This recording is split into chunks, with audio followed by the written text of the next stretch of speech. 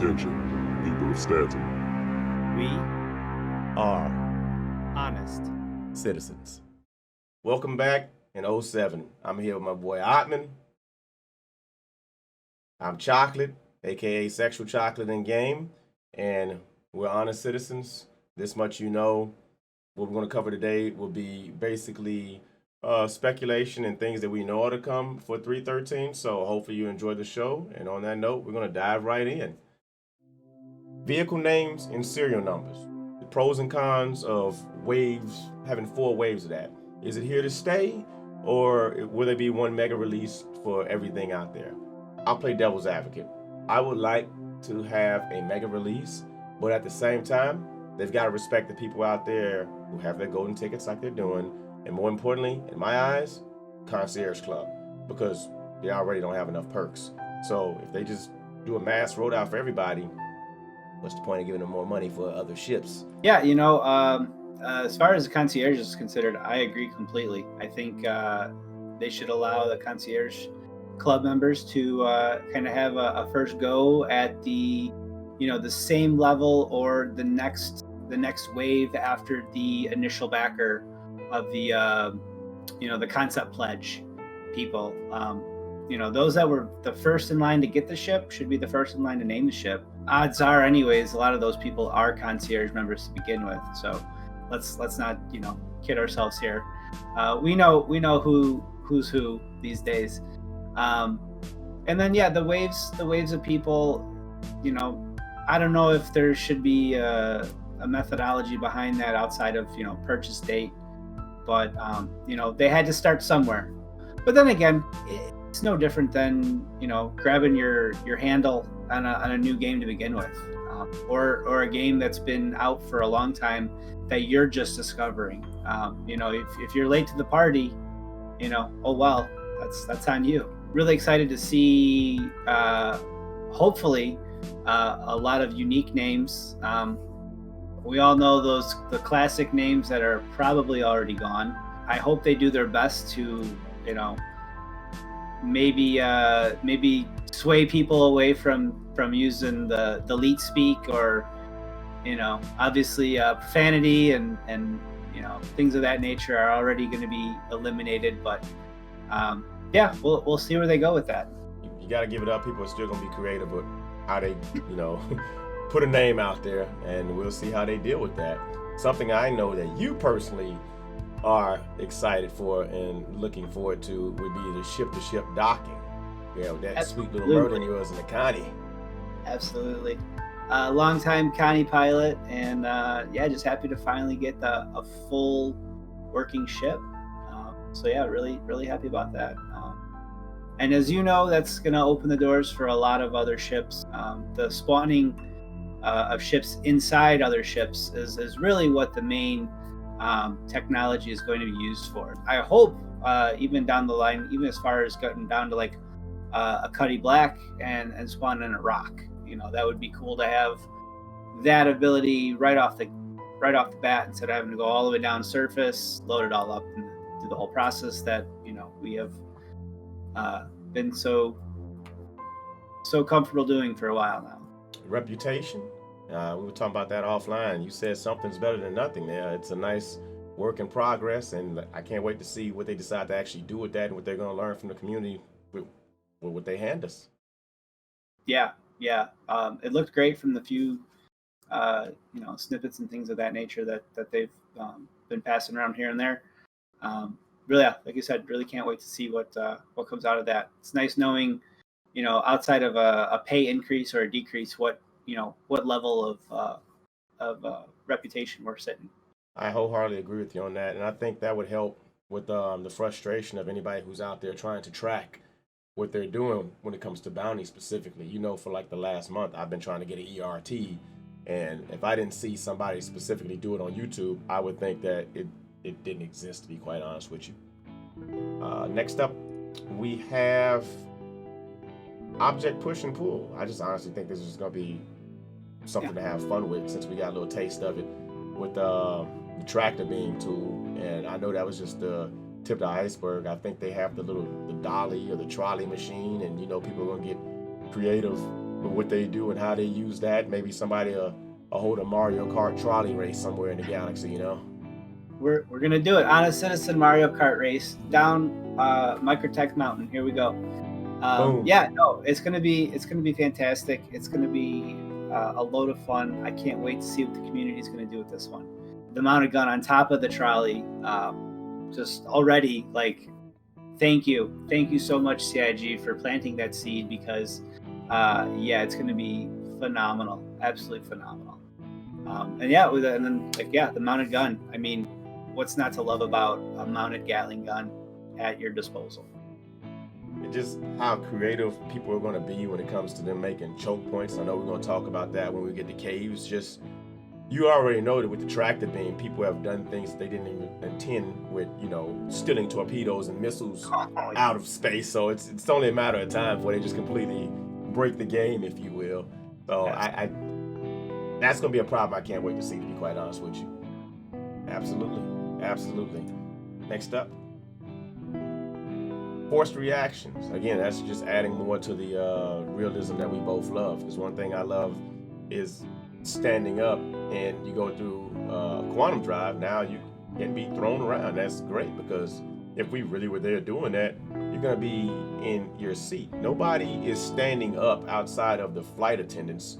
And even then, when it takes off, they're strapped in. So, you know, you got to be strapped in, follow the rules, or if you're making out with the wall and lose your teeth, that's on you. Right. And, you know, I will say the one hard part about this would be, you know, utilizing your ships properly, right? I mean, not every ship has a drop seat in it. So, you know, if you've got more people than you do, you know, seats, then, well, your butt's going to be in the back, you know, just bouncing around, I guess.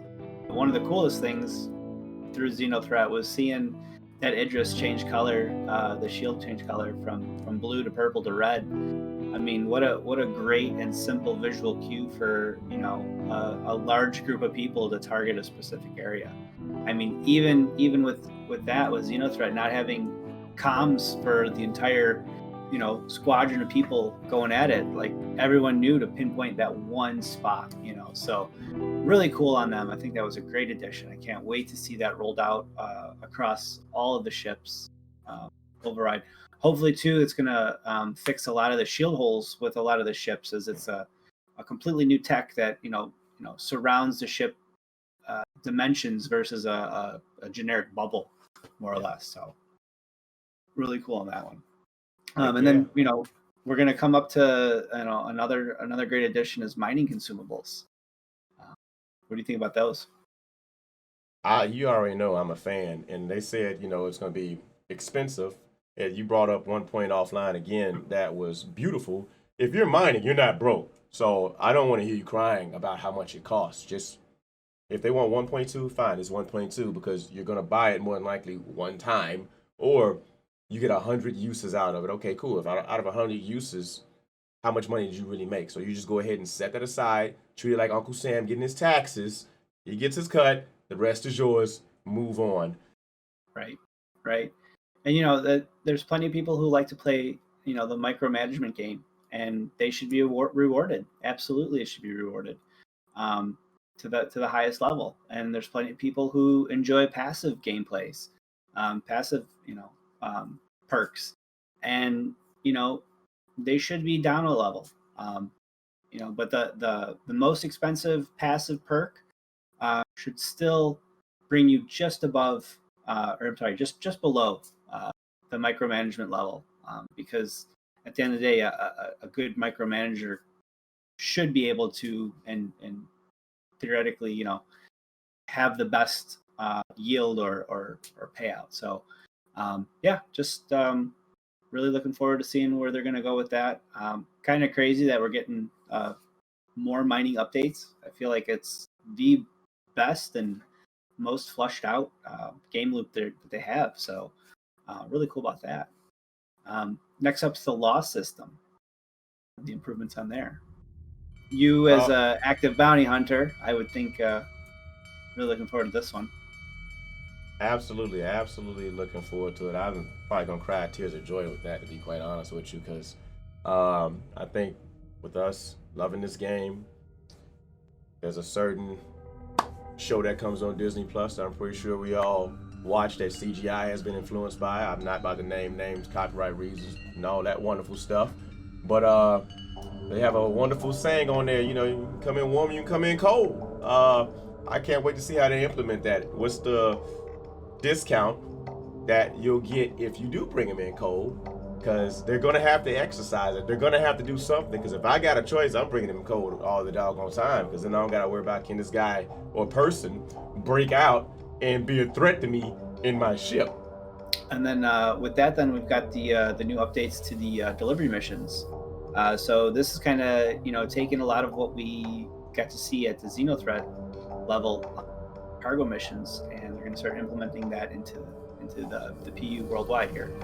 So it's pretty cool to see the quantum sensitive and the damage sensitive boxes coming into play. So we're really looking to see where they're going to evolve that even further.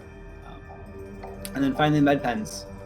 I mean, wow, something so simple and little that saves your life. And I love seeing the expanded capabilities of a new weapon. What do you think?